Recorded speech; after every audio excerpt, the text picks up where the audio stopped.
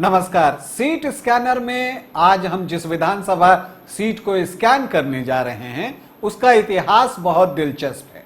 आप देखिए तो वो एक पुरानी विधानसभा की सीट है जहां पहला चुनाव 1952 में हुआ था, लेकिन जब आप कुल चुनावों का योग देखिएगा तो यहां अब तक सिर्फ 4 चुनाव हुए हैं।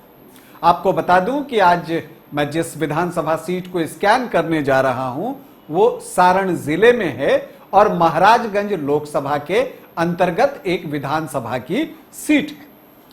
ये सीट जो है उसका नाम है एकमा सीट और ये सीट फेमस है क्योंकि यहां से मनोरंजन सिंह यानी कि धूमल सिंह चुनाव जीतते रहे। 2 चुनाव उन्होंने जीते और पिछली बार उनकी पत्नी चुनावी मैदान में उतरी थी। क्या कुछ हुआ है यहां पर अभी तक अगर आप ये देखें तो आपको बताऊं कि एकमा में जो पहला चुनाव हुआ था वो 1952 में हुआ था और 1952 में लक्ष्मी नारायण सिंह कांग्रेस प्रत्याशी के रूप में यहां से चुनाव जीतने में सफल रहे थे, लेकिन उसके बाद जो एकमा सीट है उसका अस्तित्व समाप्त कर दिया गया या आप ये कह सकते हैं कि एकमा सीट को विलोपित कर दिया गया। लेकिन जब नया परिसीमन हुआ 2008-9 में तो एक बार फिर से एकमा सीट को पुनर्गठित किया गया और फिर 2010 में पुनर्गठन के बाद यहां पर पहला चुनाव हुआ और इस पहले चुनाव में जेडीयू ने अपना प्रत्याशी बनाया मनोरंजन सिंह यानी कि धूमल सिंह को। धूमल सिंह इससे पहले बनियापुर से चुनाव जीत रहे थे, 3 चुनाव उन्होंने वहां से जीते थे, तो कुल वो अब जो हैं 5 बार के विधायक हैं। लेकिन जब 2010 में चुनावी मैदान में एकमा में उतरे थे तब 3 बार के विधायक थे। 2010 में जब वो लड़ते हैं तो एक आमने सामने का यहां पर मुकाबला हुआ था और यहां पर आप देखते हैं कि धूमल सिंह को 55,474 वोट आए थे। 50% से ज्यादा वोट था, लगभग 54% वोट, 53.88% वोट। और एक बार जब आप 50% का आंकड़ा क्रॉस कर लेते हैं तो फिर बाकियों के लिए कुछ बचता नहीं और यही हुआ आरजेडी के प्रत्याशी कामेश्वर कुमार सिंह के साथ। वो 26,273 वोट यानी कि लगभग 25.5% वोट ही ला सके और यहां पर धूमल सिंह 29,201 वोटों से चुनाव जीतने में सफल रहे। 2015 में तो महागठबंधन बन चुका था, वो आकार ले चुका था, आरजेडी जेडीयू कांग्रेस तीनों एक साथ एक ही महागठबंधन में, तो यहां पर धूमल सिंह का दावा और भी मजबूत हो गया था।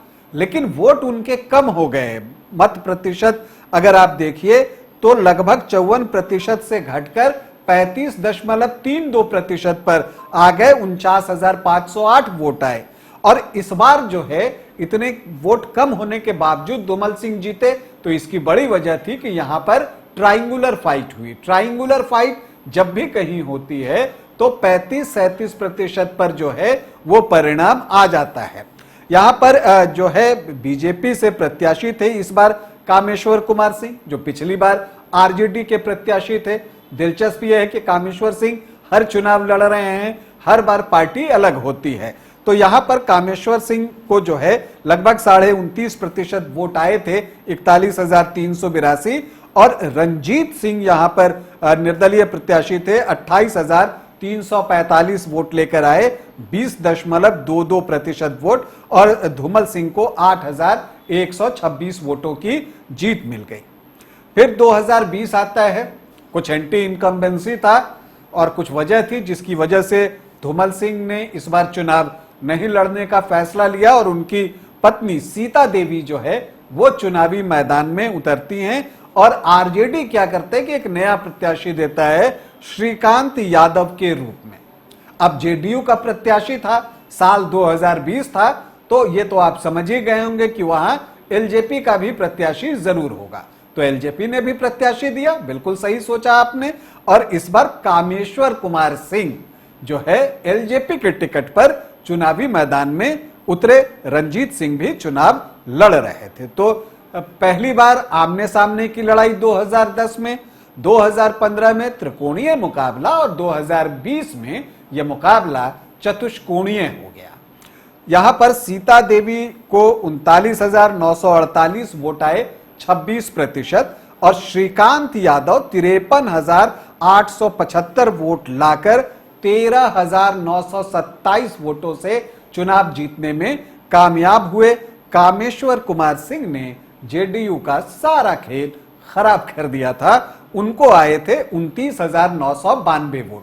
तो हार जीत का मार्जिन 13,927। कामेश्वर सिंह एलजेपी प्रत्याशी, उनको आए लगभग 30,000 वोट। तो सीता देवी की हार में कामेश्वर सिंह का एक योगदान रहा, क्योंकि यादव कैंडिडेट थे। यहां पर जो है भूमिहार और राजपूत की संख्या अच्छी है, लेकिन जब यादव कैंडिडेट थे तो सामने भूमिहार, राजपूत, ब्राह्मण के वोट एक्यूमुलेट हो सकते थे। लेकिन चूंकि यहां पर कामेश्वर सिंह जो कि राजपूत जाति से हैं वो प्रत्याशी बनाए गए थे, सीता देवी भूमिहार जाति से, तो यहां पर वोटों का बंटवारा हुआ सामान्य जाति के वोटरों में, और श्रीकांत यादव बाजी मार ले गए। रंजीत सिंह भी 7% से ज्यादा वोट लाने में कामयाब हुए। अब अगर हम यहां पर इस बार दावेदारों की बात करें तो देखिए, इस बार ऐसा लग रहा है कि धूमल सिंह चुनाव लड़ेंगे, और उनके सोशल मीडिया साइट्स पर आप जाइए, वो सक्रिय हैं और जनसंपर्क कर रहे हैं। वो इस बात का दावा कर रहे हैं कि फिर से एक बार धूमल सिंह आएंगे। तो ऐसा दिखता है कि जेडीयू से धूमल सिंह यहां के कैंडिडेट हो सकते हैं। हालांकि बहुत सारे इफ बट भी लगते हैं कि बीजेपी ये सीट मांग रही है, लेकिन धूमल सिंह के रहते ये सीट बीजेपी को मिलेगी, इसमें अभी थोड़ा संदेह दिख रहा है। आगे और क्या चीजें क्लियर होंगी तो आपको फिर से बताऊंगा, लेकिन फिलहाल मुझे लगता है कि यहां पर मनोरंजन सिंह यानी कि धूमल सिंह ही एनडीए के प्रत्याशी हो सकते हैं। जेडीयू के तीर के निशान पर वो चुनाव लड़ सकते हैं। उनकी कोशिश होगी कि वो जो है 6ठी बार जीत पर निशाना लगाए। ऑलरेडी 5 बार के वो विधायक हैं। आरजेडी से यहां पर जो है एक सवाल उठता है। श्रीकांत यादव पिछली बार जो है आए थे, उनको विधायक बने थे और यहां पर वो चुनाव जीतने में सफल भी रहे थे। इस बार भी उनका दावा मजबूत दिखता है। लालू प्रसाद यादव के परिवार के करीबी हैं लालू प्रसाद यादव, और उनकी मुलाकात भी हुई है, बात भी हुई है कि तेजस्वी को सीएम बनाना है। तो ऐसे में उनका दावा मजबूत दिखता है, लेकिन चर्चाएं और नाम की है। कहा तो यहां तक जाता है कि भोजपुरी फिल्म स्टार खेसारी लाल यादव भी एकमा से आरजेडी के निशान पर चुनाव लड़ सकते हैं। वो न लड़ें तो उनकी पत्नी यहां से जो है वो आरजेडी के टिकट पर चुनाव लड़ सकती हैं, चंदा देवी। तो अब देखना है कि क्या खेसारी लाल यादव यहां पर चुनाव लड़ेंगे। अगर खेसारी लाल यादव वर्सेस धूमल सिंह यहां का मुकाबला हो गया तो एक हाई प्रोफाइल सीट जो है वो एकमा होने जा रही है, ये मानकर चलिए। लेकिन यहां पर आप अभी पूरी तरह से श्रीकांत यादव को नकार नहीं सकते। तो एक दिलचस्प स्थिति बन रही है। हालांकि बीजेपी से कुछ और लोग भी हैं जिनके नाम की चर्चा होती है। कल्याण सिंह हैं, रुपेश सिंह हैं, इनके नाम की भी चर्चा हो रही है। कहा तो ये भी जा रहा है कि माझी सीट जो है वो आरजेडी एक्सचेंज करना चाहता है भाकपा माले से, और सत्येंद्र यादव को जो है यहां पर एकमा में सीट दी जा सकती है भाकपा माले को। तो सत्येंद्र यादव यहां आ जाएं और फिर माझी सीट आरजेडी को मिल जाए। क्या कुछ होता है, चीजें आगे जैसे जैसे डेवलप करेंगी आपको बताऊंगा। फिलहाल यही स्थिति जो है यहां पर दिख रही है। यहां के जातीय समीकरण को अगर हम समझने की कोशिश करें कि ये क्या कुछ है, तो यहां पर जो एससी वोटर्स हैं वो 12.27% हैं। एसटी वोटर्स भी 3.5% से ज्यादा हैं, 3.67%। मुस्लिम वोटर्स जो हैं वो 10% के आसपास हैं।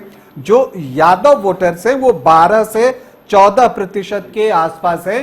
तो जो एमओवाई का चंक बनता है वो 22 से 24% के आसपास का बनता है। इसके अलावा आप देखिए तो जो यहाँ भूमिहार हैं वो 11 से 12%, उनके भी वोट हैं। राजपूत वोटर्स की संख्या जो है वो सर्वाधिक दिखती है, 13 से 14% के आसपास। कायस्थ भी यहाँ 1.5 से 2% के आसपास हैं। तो तो सामान्य और ब्राह्मण भी 4.5 से 5.5%। तो जो सामान्य जाति का चंक है वो लगभग 31 से 32% के आसपास पहुंच जाता है।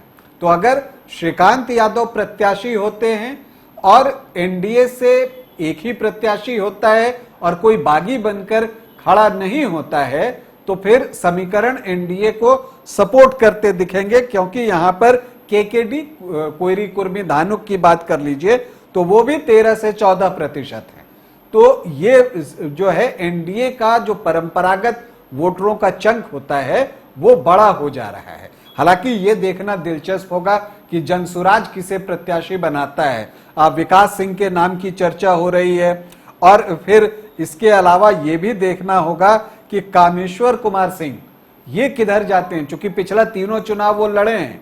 पिछली बार वो एलजेपी से थे, क्या एलजेपी को ये सीट मिलेगी? संभावना कम दिख रही है। तो क्या वो जो है इस बार चुनाव नहीं लड़ेंगे, और लड़ेंगे तो किस पार्टी से लड़ेंगे, कि निर्दलीय लड़ेंगे या जनसुराज भी एक प्लेटफॉर्म हो सकता है? लेकिन अभी कुछ स्पष्ट नहीं है। स्थिति यही है कि कामेश्वर सिंह का जो ट्रैक रिकॉर्ड है वो दिखा रहा है कि वो अलग अलग पार्टियों से चुनाव लड़ते रहे हैं। तो एक कयास जो है ये लगाया जा रहा है। तो एकमा में एक दिलचस्प मुकाबला होने जा रहा है और लोगों की जो इस सीट को लेकर जिज्ञासा है वो ये जानने में है। जो पहली जिज्ञासा है कि क्या धूमल सिंह फिर से यहां चुनाव लड़ने वाले हैं। जो दूसरी जिज्ञासा है कि क्या खेसारी लाल यादव यहां से आरजेडी के टिकट पर चुनाव लड़ेंगे। और जो तीसरी जिज्ञासा है वो ये है कि यहां आमने सामने का मुकाबला होगा या यहां पर ट्रायंगुलर या मल्टी कॉर्नर फाइट होगी, क्योंकि परिणाम उसी के अनुसार आएगा, उसी के अनुसार तय होगा। तो एकमा में एक रोचक और कांटे का मुकाबला हम सब का इंतजार कर रहा है। अभी आपसे अनुमति चाहेंगे, इजाजत दें, नमस्कार। H2O City, higher quality of living, a project by Anshul Homes. Luxury 2 and 3 BHK flats with garden attached balcony. Amenities are valet parking, swimming pool, clubhouse, kids play area, badminton and basketball courts. Anshul Homes, H2O City. शहर की भीड़ से bore हो गए हो? तो चलिए आज नए वाइब में आपको लेके चलते हैं, जिसका नाम है वैदिक विलेज। एम्स पटना से 10 मिनट की दूरी पर नौबतपुर में स्थित ये सोसाइटी सिर्फ आपके लिए है। यहाँ पे मेन रोड 30 फीट की है, रिंग रोड 24 फीट की है और ब्रांच रोड 20 फीट की है। यहाँ मिलेगा आपको स्विमिंग पूल, जॉगिंग ट्रैक, मंदिर और 24/7 सिक्योरिटी कैमरा जैसी बेसिक एमिनिटीज। शांति और सुकून से भरा प्लॉट चाहिए तो सोचना बंद करो, अभी कॉल करो नीचे दिए हुए नंबर पे।